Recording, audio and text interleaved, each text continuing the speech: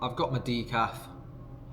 And I want to speak to you about the one hire you do not have in your business right now. 99% of you do not have in your business right now, that if you hired would help you scale to $1 million or at least add an extra $1 million to your agency, coaching, info business.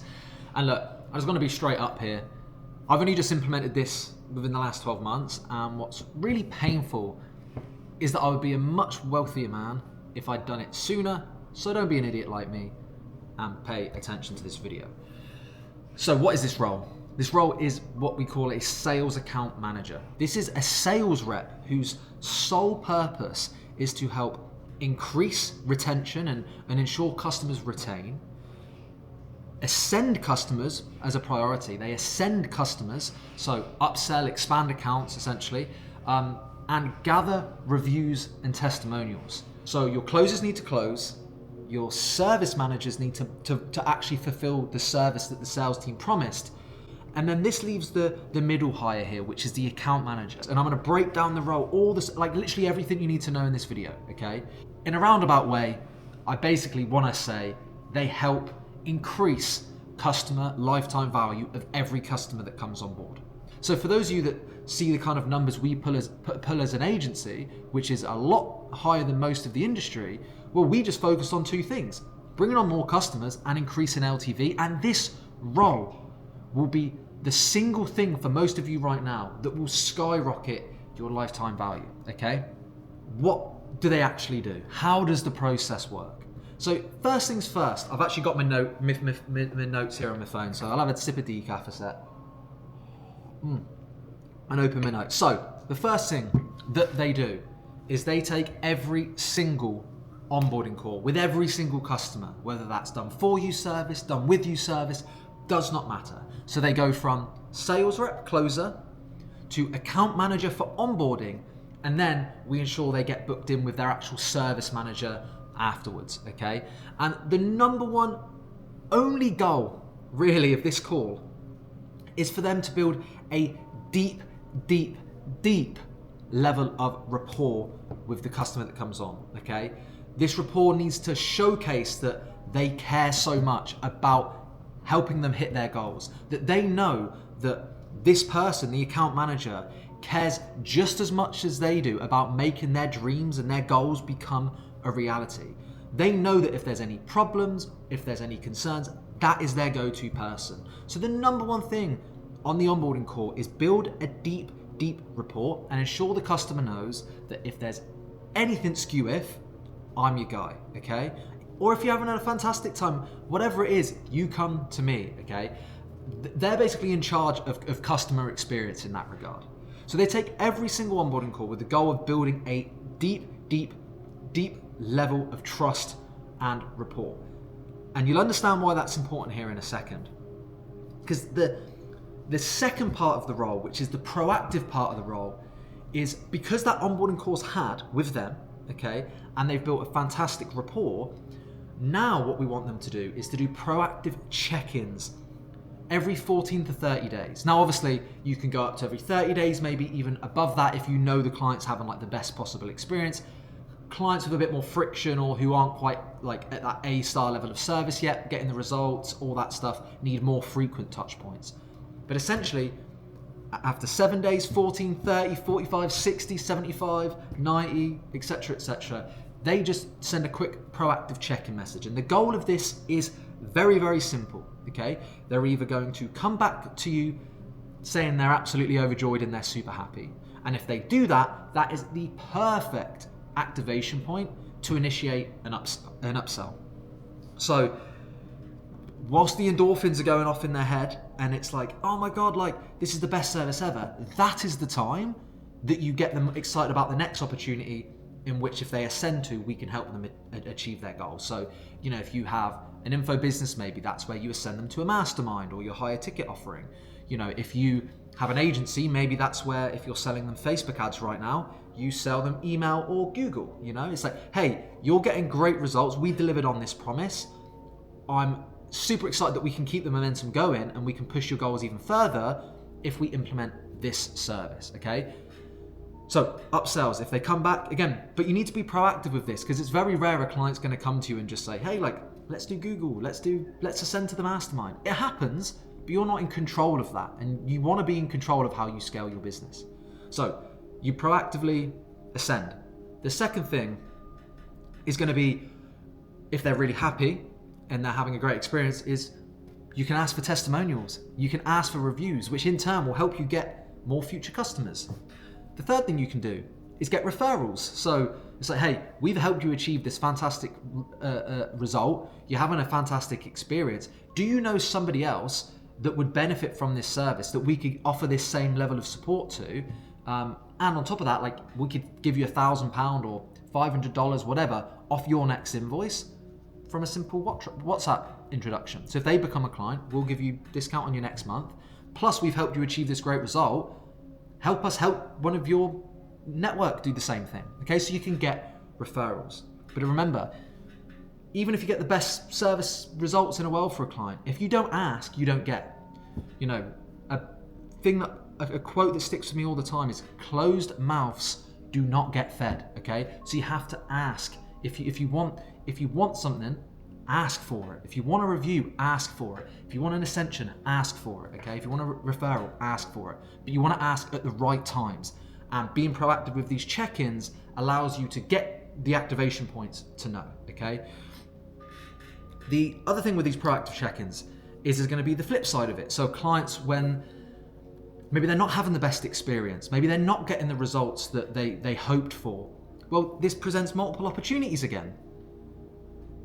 Slippage is a real thing. What I mean by slippage is a client sometimes will not necessarily go in and let you know that they're unhappy about every small little thing. So this is why us being proactive is key here.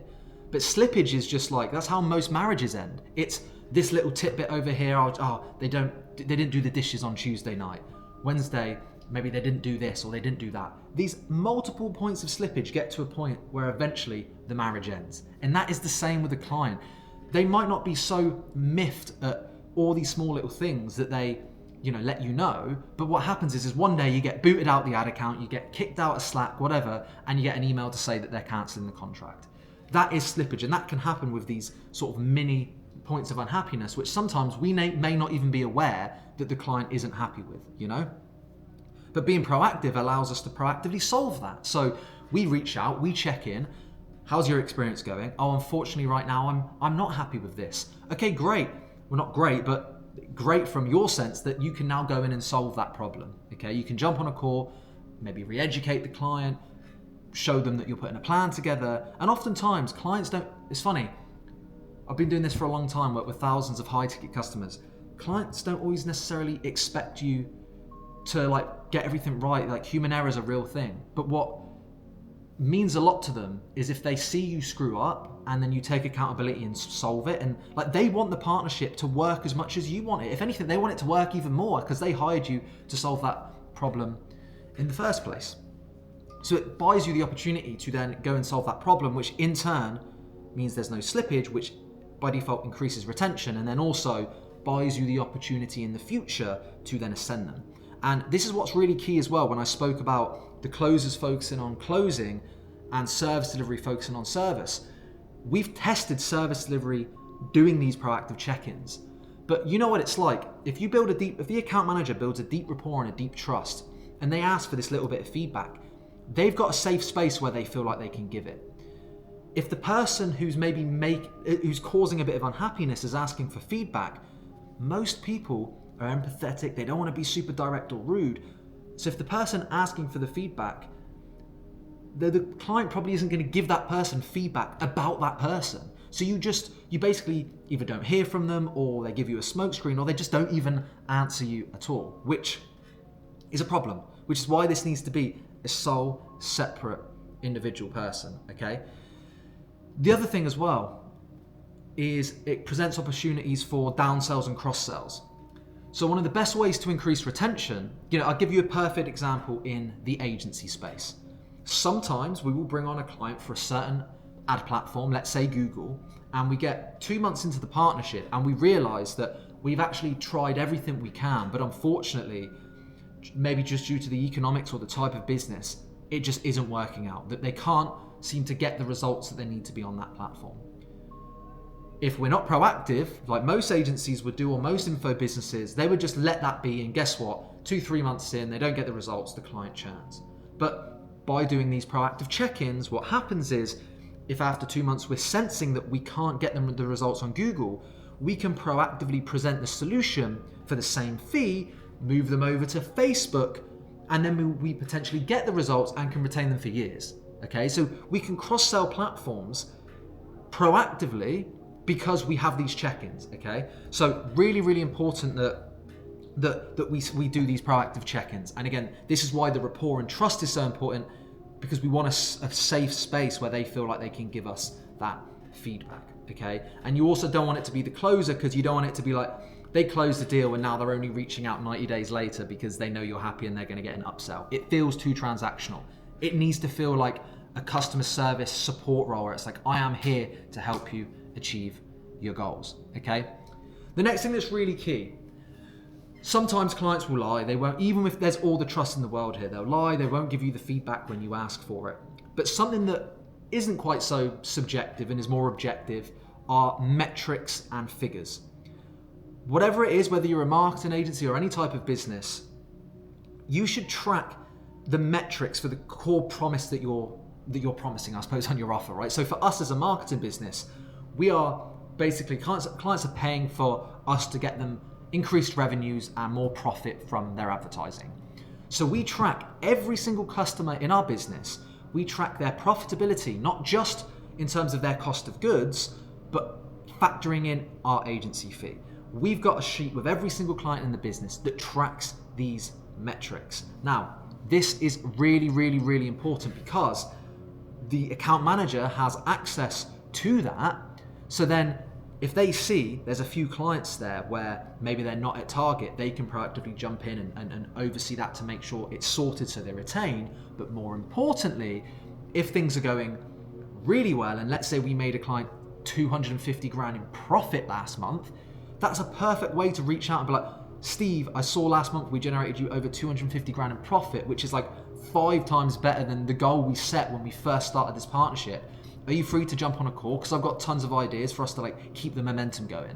That call then becomes a perfect place to sell on an additional platform or get them to increase spend, and therefore your fee goes up if you charge based off of ad spend or whatever it may be. Okay, so you want to make sure you track whatever it is for you, whatever offer you have, track the metric that is success for that customer. Okay, so it's objective for when you actually reach out to them. Okay, the next thing here, full transparency, we're not currently doing what I'm about to tell you here on this specific one, but it's something we're about to implement.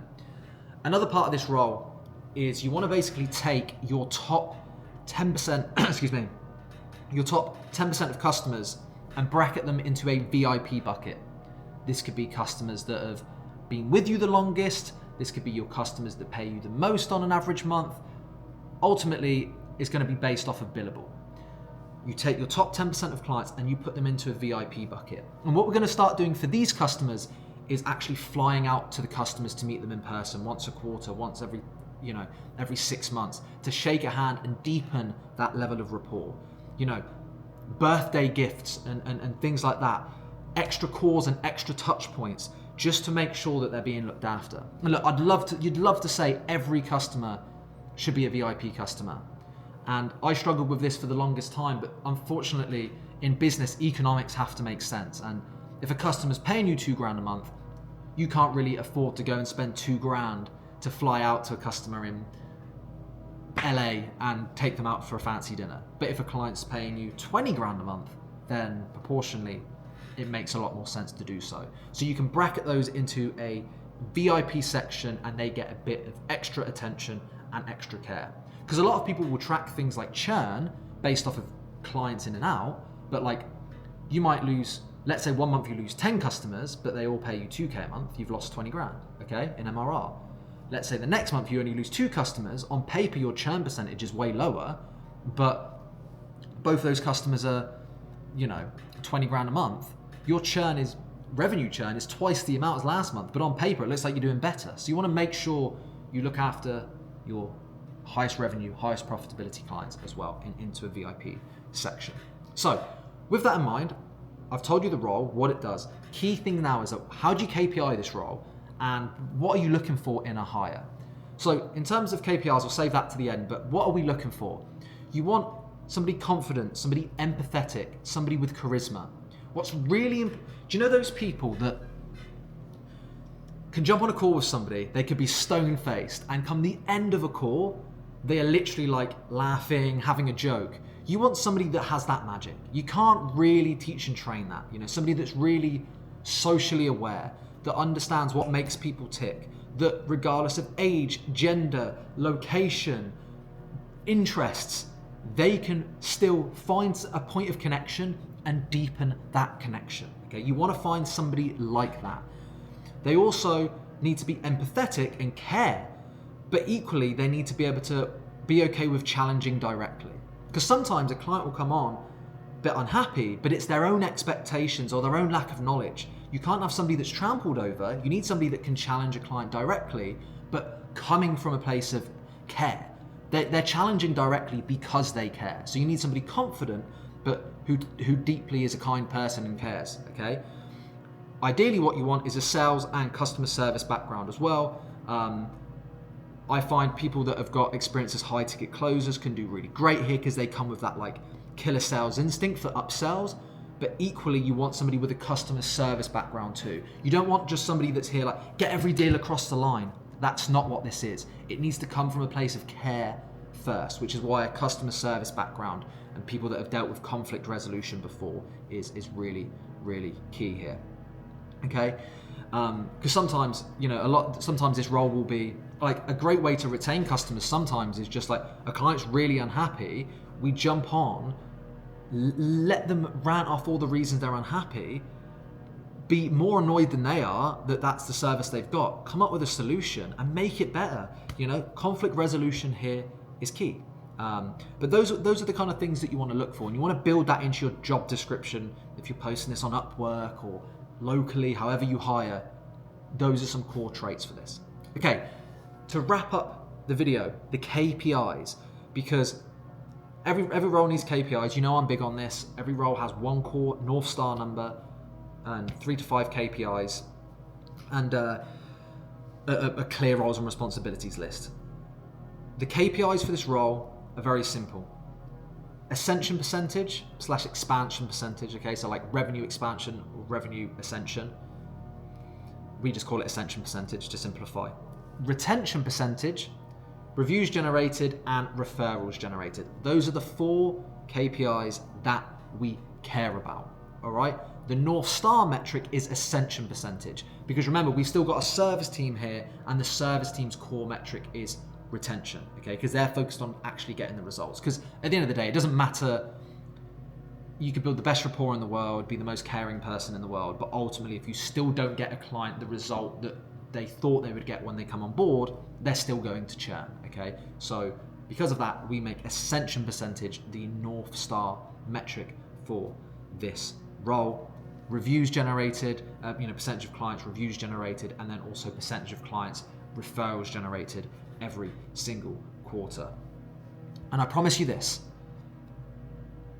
number of clients in, LTV, only 2 metrics. This role is going to help you get more testimonials and reviews, which will help you get more clients in, more referrals, which will be more clients in, increased retention, which is increased LTV, and increased ascension, which is increased LTV. And one account manager, depending on the level of touch points and relationship, can generally handle between 50 to 100 plus clients. So for most of you right now that are watching this, you could benefit. One account manager could probably handle every single client that you've got in your business and then some, but the revenue that they will generate could be huge for you. And whether you're at $1 million and you want to add an extra million or whatever it is, or you want to help get to the first million, if I hired this role sooner, I'd be a much wealthier man. Follow me on Instagram, DM me if you have any questions, and I'll see you in the next one.